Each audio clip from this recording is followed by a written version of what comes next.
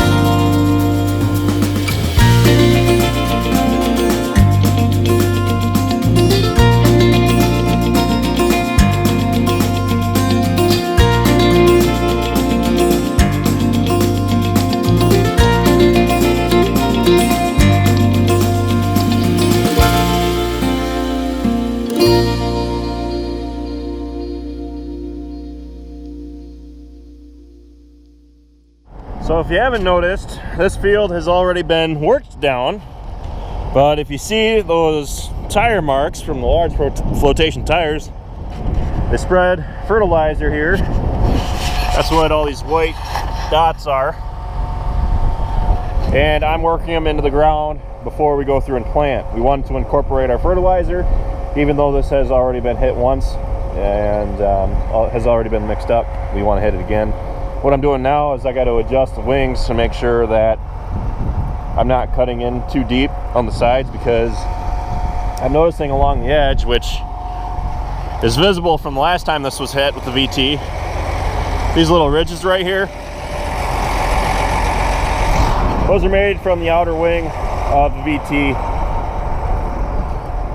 digging into the ground because it's not properly adjusted with the wing adjustment. This is not a disc, so it doesn't have the outside kind of closing wheels that kind of make it taper off so that it doesn't leave those ridges. So I want to adjust it to make sure that the wings aren't digging in too much. This one's about 15 1/8.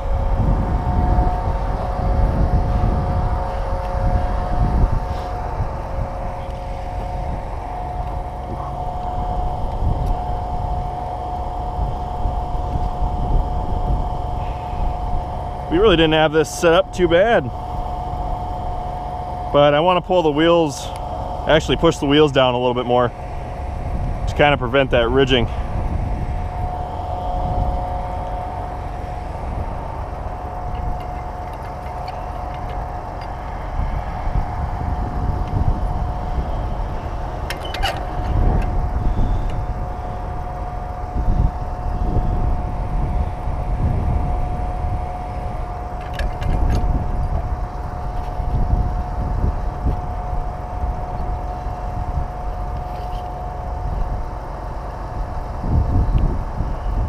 move it up to about 15.5.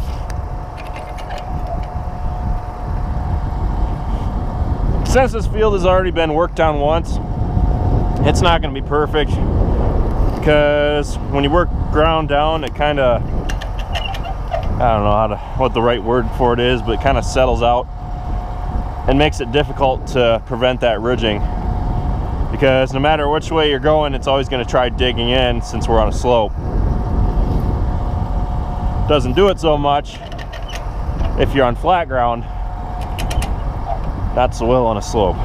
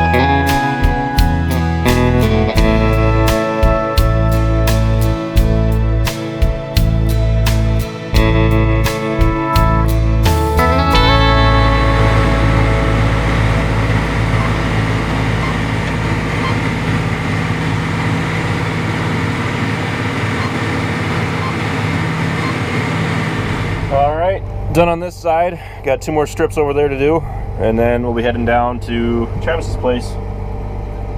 Now, some people were wondering why we don't do more no-till. Well, the fact is we do quite a bit of no-till. Like I said, we really only have about 3 days of planting ahead of the planter, or of VTing ahead of the planter, before we start doing no-till. So we really don't have a whole lot of tillage, in my own opinion. Mostly just the main farms are in tillage, and most of the rented ground is in no-till. So we do a lot of no-till. Like I've said in the past, I've said it numerous times, the reason that we till is because from what we've seen and from what I've seen around here, the soils that we have, the more, on a good year that is, the ground will usually perform better when you till it. However, on a bad year, usually the no-till will do better. So it's some years it's just a wash, but I don't know. Everybody has their own opinion.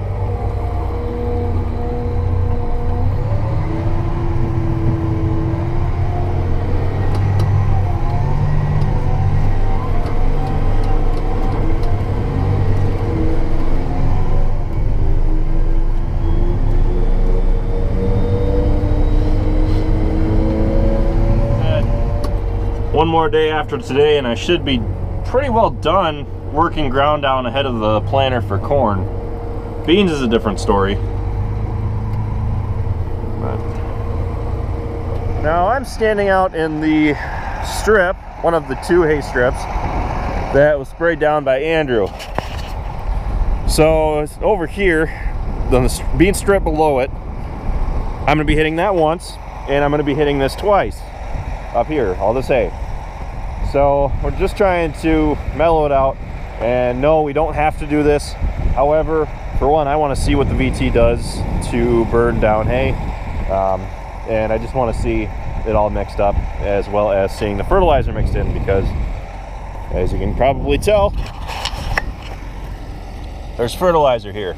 So we want to mix that in, and then these 2 strips are going to corn, then the 2 below it are going to beans. We're doubling up the strips at the main farm because 90-foot strips are just too narrow anymore. They were okay back when we had a 6-row planter, but these days equipment's getting larger, so gotta start stacking them up. So I'm gonna adjust the VT. I gotta do some adjustments to it since I'm changing my ground.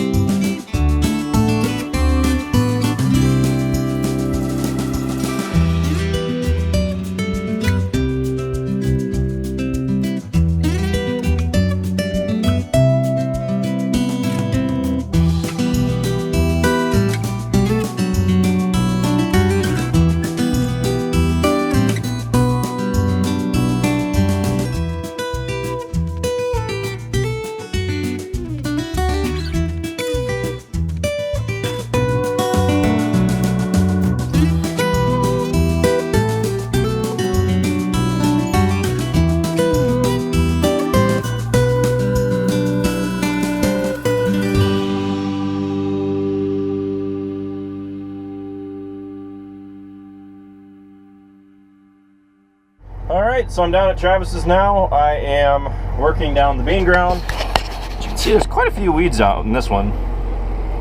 But I've got a few strips to do over here in front. And then I got to do the big one back there. As they have worked fertilizer down into it. So I just stopped because, well, I found a new hole.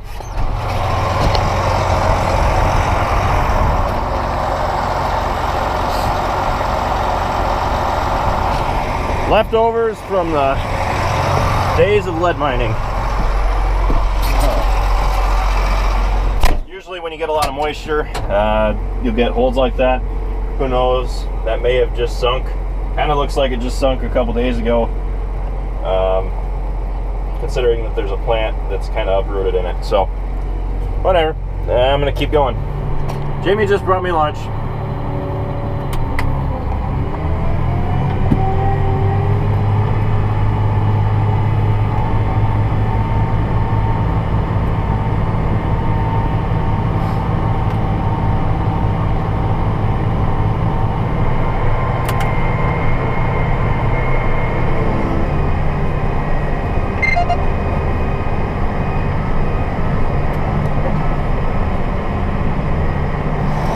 Now, I was driving along on the bean ground when I noticed something.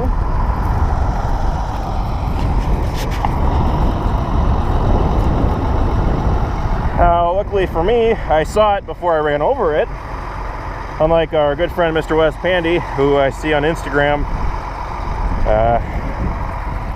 caught one of these in one of his tires. Cool. These things make awesome dog chew toys.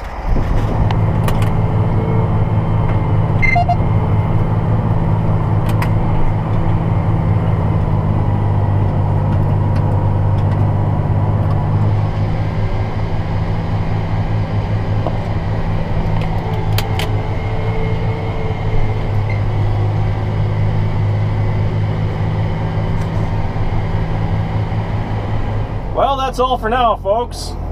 So today, let's have a look at the map. This is Travis's place. Now, this is just everything that I've done today. Now, there should be another 40 acres up on top here. That's right ahead of us. Should be an extra 40 acres out there that needs to get finished down with the VT, but can't do that until until it gets fertilized, and that's not happened yet, so we can't go through and finish it off with the VT. So let's see what else we got here. Today I have done 108 acres, 18 acres an hour average, about 8 gallons to the hour, total of 80 gallons, average speed of 6.2 miles an hour, 10 hours driving, 2 hours idling, which makes sense because I stopped quite frequently well, this morning I left the tractor run when I started, so that didn't really help, but I had to stop for Jamie and she got me lunch and whatever, so yep, I'm gonna pack things back up and head up to the farm. We're good for today. Now, if you guys want to come to the farm day this August 19th and meet us in person, feel free to go to our website, howfarmswork.com, and buy your ticket. I have reached my goal, and I'm just trying to figure out how many people I can invite before I need to shut down the checkout. So if you're interested in coming and visiting the farm, go visit our website, howfarmswork.com, and you can check it out. So thanks for watching.